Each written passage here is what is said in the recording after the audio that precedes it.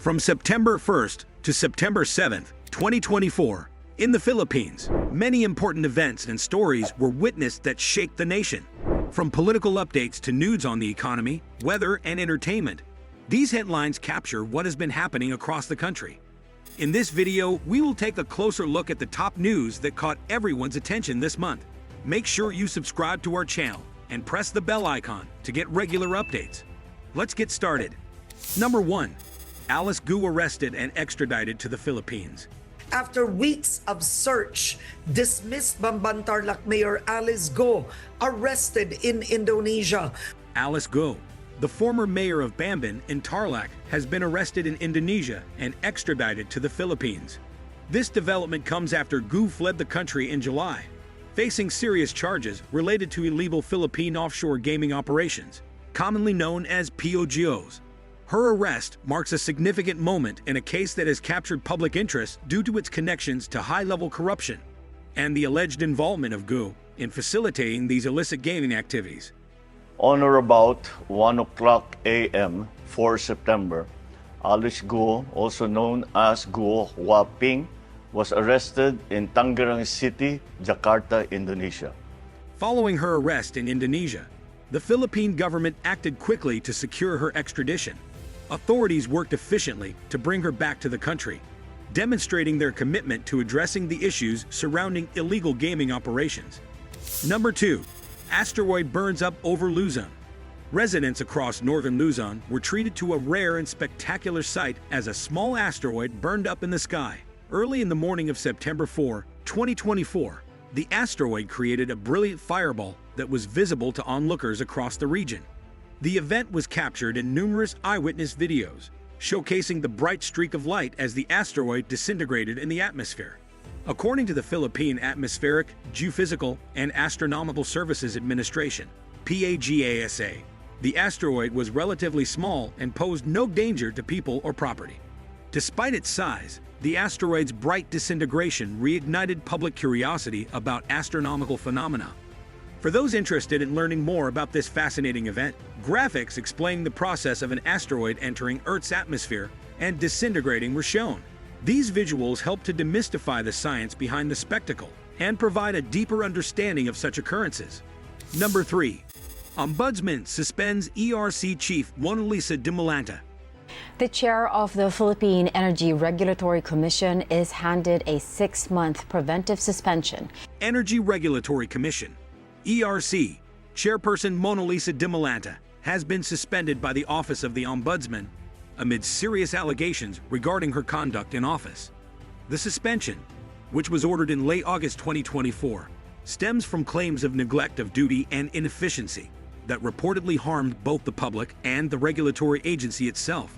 This significant decision highlights the ongoing scrutiny of Dimolanta's leadership as the ERC plays a crucial role in overseeing the energy sector in the Philippines, impacting power distribution and electricity rates across the nation.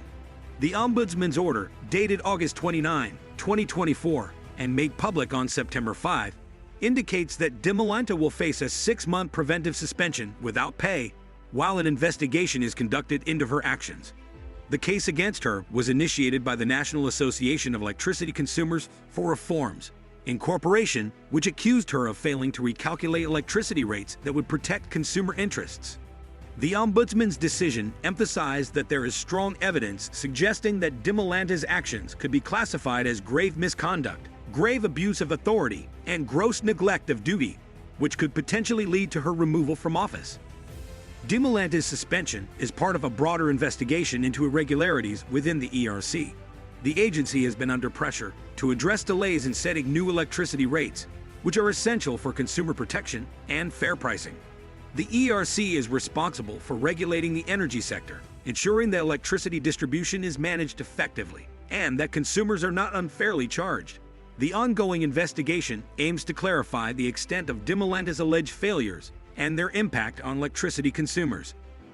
As the investigation unfolds, the Ombudsman has noted that Dimolanta's continued presence in her position could hinder the proceedings.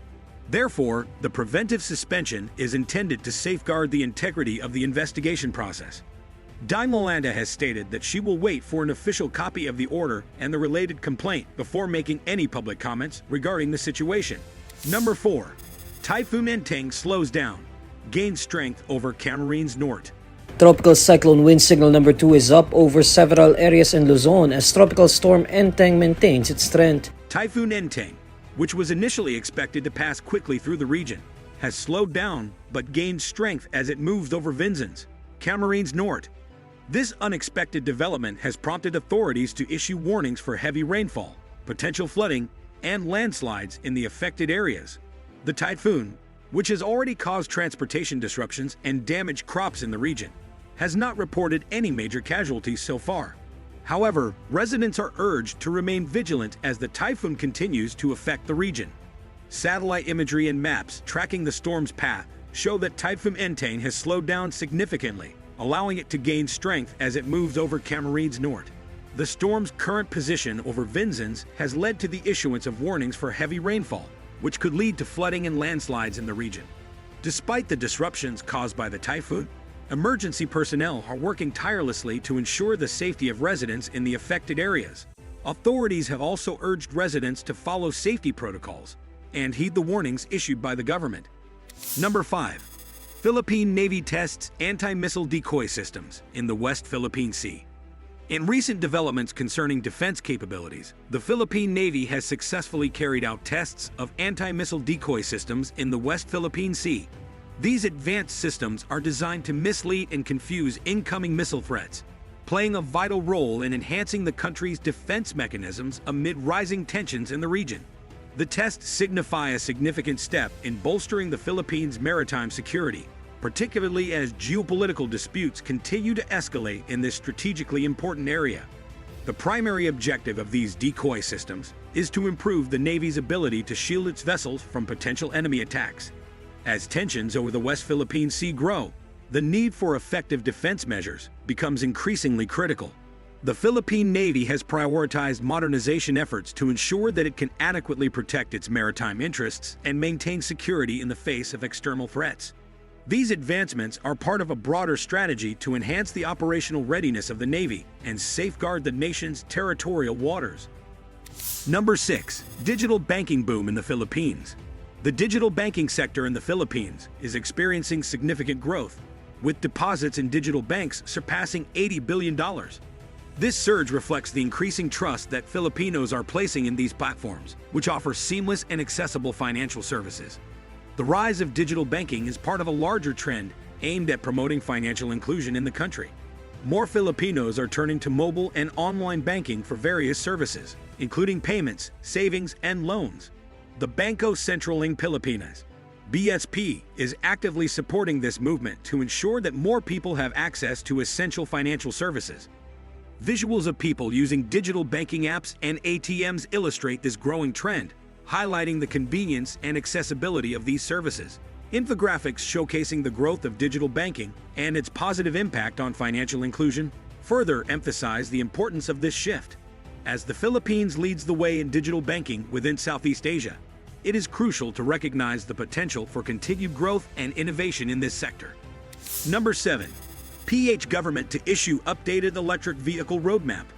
The Philippine government is preparing to release an updated electric vehicle (EV) roadmap by the end of September. This new roadmap aims to provide clearer guidelines and additional incentives to promote the use of electric vehicles throughout the country. The updated roadmap will focus on expanding EV infrastructure, offering rebates, and establishing regulations to make it easier for people to adopt electric vehicles. This initiative is part of the government's broader commitment to creating a greener and more sustainable transportation system in the Philippines. Visuals accompanying the announcement show electric vehicles and the construction of new charging stations, highlighting the government's efforts to reduce carbon emissions and improve air quality. The updated roadmap is expected to enhance accessibility to EV charging facilities, making it more convenient for users. In addition to the roadmap, the Department of Energy is also working on regulations for the installation of EV charging stations at petrol stations.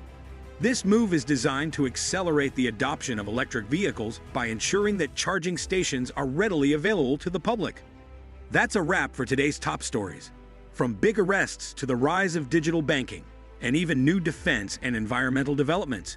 We've covered the main news in the Philippines. For more updates, don't forget to subscribe and hit the notification bell to stay in the loop. Thanks for watching and stay safe.